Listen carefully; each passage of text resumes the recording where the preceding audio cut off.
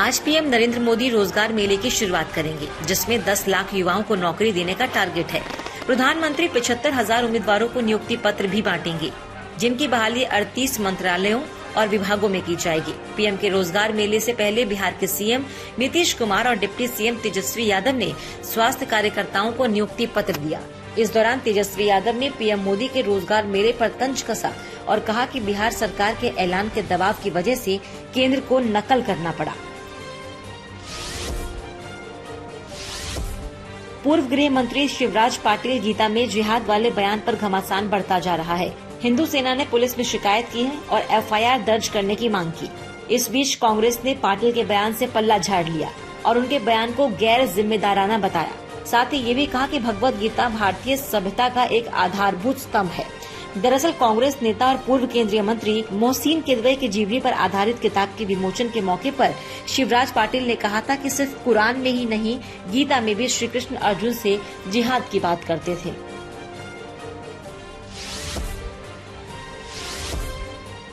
और भगवान गौतम बुद्ध ने क्या कहा?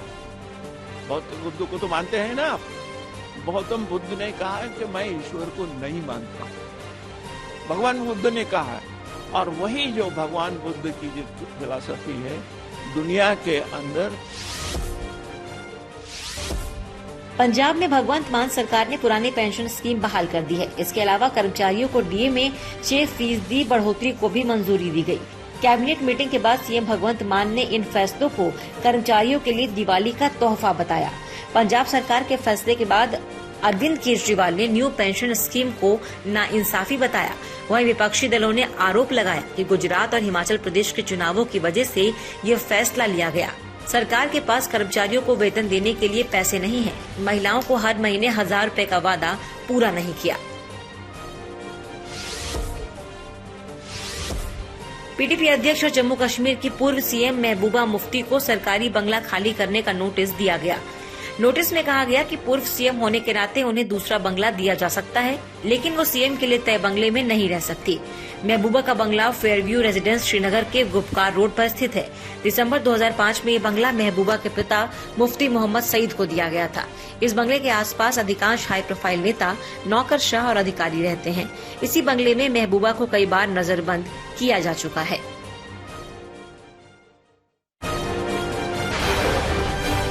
अरुणाचल प्रदेश के सियांग जिले में मिलिट्री हेलीकॉप्टर रुद्र क्रैश हो गया।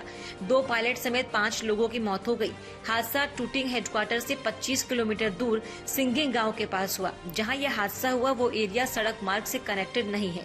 रुद्र सेना का अटैक हेलीकॉप्टर है। इसे हिंदुस्तान एयरोनॉटिक्स लिमिटेड ने भारतीय सेना के लिए बनाया है। पूरा देश दिवाली के उमंग में डूबने लगा है। धनतेरस से पहले बाजारों में भारी भीड़ नजर आ रही है। उधर राम की नगरी अयोध्या में दीपोत्सव की तैयारियां आखिरी चरण में है। सरयू किनारे दीप सजाए जा रहे हैं। झांकियां तैयार कर ली गई हैं। लेजर शो की भी पूरी तैयारी है। पूरे शहर में राम नाम के ध्वज और भगवान राम पर आधारित बैनर होर्डिंग लगाए गए हैं। छोटी दीपावली पर यानी 23 अक्टूबर को प्रधानमंत्री मोदी यहाँ दीपोत्सव कार्यक्रम में पहुँचेंगे। देश के पूर्वी हिस्से पर चक्रवाती तूफान सितरंग का खतरा मंडरा रहा है। मौसम विभाग की माने तो 25 अक्टूबर को सितरंग पश्चिम बंगाल और ओडिशा के तटीय इलाकों से टकरा सकता है। हालांकि बारिश और हवा की गति को लेकर मौसम विभाग ने फिलहाल कोई अलर्ट जारी नहीं किया, लेकिन पश्चिम बंगाल में सितरंग के खतरे से निपटने की तैयारियां शुरू हो गई हैं। तटीय इलाकों में लोगों को अलर्ट किया जा रहा है। साथ ही एनडीआरएफ की टीमों को अलर्ट पर रखा गया है और स्थानीय प्रशासन हर तरह की एहतियात बरत रहा है। ऑस्ट्रेलिया में खेले जा रहे T20 वर्ल्ड कप के क्वालिफाइंग मैच में आयरलैंड ने बड़ा उलटफेर किया। आयरलैंड ने वेस्टइंडीज को 9 विकेट से हराकर 2 बार के चैंपियन टीम को T20 वर्ल्ड कप से बाहर कर दिया। पहले खेलते हुए वेस्टइंडीज 5 विकेट पर 146 रन ही बना पाई, जिसे आयरलैंड ने सिर्फ 1 विकेट गंवाकर 15 गेंद बाकी रहते ही पार कर लिया। इस जीत के साथ ही आयरलैंड दूसरे राउंड में पहुंचने वाली टीम बन गई।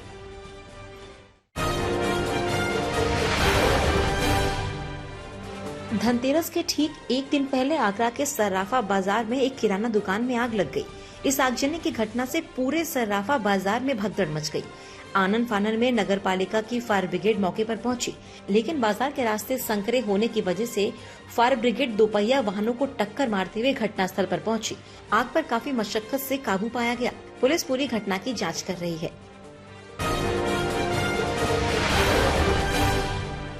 उत्तराखंड में कालागढ़ टाइगर रिजर्व फॉरेस्ट की पाखरो रेंज में वन विभाग की टीम ने 3 शिकारियों को गिरफ्तार किया। उनके कब्जे से बंदूक सहित अन्य हथियार बरामद हुए। पाखरो रेंज में वन क्षेत्राधिकारी के नेतृत्व में वन विभाग की टीम गश्त पर थी। गश्त के दौरान रेंज की कक्ष संख्या 3 में विभागीय टीम को एक जीप नजर आई। तलाशी के दौरान जीप से एक बंदूक, कारतूस, चाकू सहित अन्य सामान मिला। विभागीय टीम ने जीप में सवार 3 व्यक्तियों को हिरासत में लेकर पूछताछ की। बिहार के आरा में अलग अलग 2 मोहल्ले के लड़कों के बीच जमकर मारपीट हुई, जहां इस हिंसक झड़प के दौरान कुछ हथियारबंद बदमाशों ने अंधाधुंध फायरिंग करते हुए एक युवक को गोली मारकर जख्मी कर दिया। घटना नवादा थाना क्षेत्र की है। घायल युवक की उम्र 17 साल है, जिसके दाहिने पैर में गोली लगी है।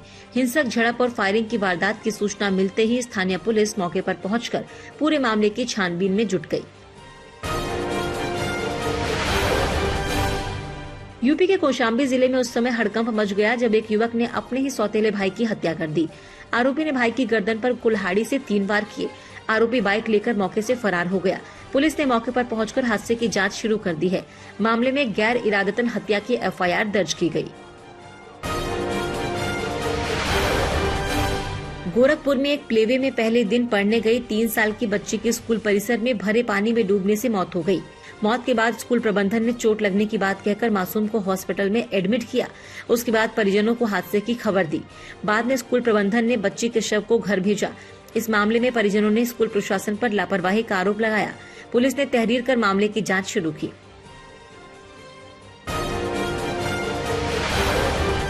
हरियाणा के यमुनानगर में एक राजकीय स्कूल में 10वीं कक्षा के छात्र को स्कूल में तिलक लगाकर आने और शिखा यानी चोटी रखने पर 2 अध्यापकों ने धमकाकर उसके साथ मारपीट की।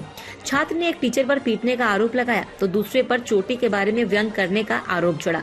मामले का पता चलते ही विश्व हिंदू परिषद और बजरंग दल के कार्यकर्ता पीड़ित छात्र के परिवार के साथ स्कूल पहुंचे और इस घटना पर उन्होंने गुस्सा जताया। आरोपी टीचर्स को हटाने की मांग की गयी। प्रयागराज के JNN अस्पताल में एक हैरान करने वाला मामला सामने आया। दरअसल डेंगू से पीड़ित व्यक्ति को प्लेटलेट्स की जगह मौसमी का जूस चढ़ाने का आरोप सामने आया। 19 अक्टूबर को उसकी मौत के बाद परिजनों ने यह आरोप लगाया। पुलिस ने अपनी जांच में इस गिरोह के सरगना और उसके 10 साथियों को गिरफ्तार किया, जो जरूरतमंदों से अधिक रुपए लेकर नकली प्लेटलेट और प्लाज्मा देते थे। बरामद प्लाज्मा और प्लेटलेट को जाँच के लिए लैब में भेजा जा रहा है। दरभंगा जिले के बसेरा कॉलोनी में चोरों ने देर रात एक घर पर धावा बोला। चोर घर की खिड़की तोड़ कमरे में घुसकर अलमीरा में रखे सभी कीमती सामान के अलावा एक लाइसेंसी रिवॉल्वर और करीब 15 से 17 जिंदा कारतूस लेकर फरार हो गए। सूचना के बाद बहादुरपुर थाने की पुलिस मौके पर पहुंची और जांच शुरू की।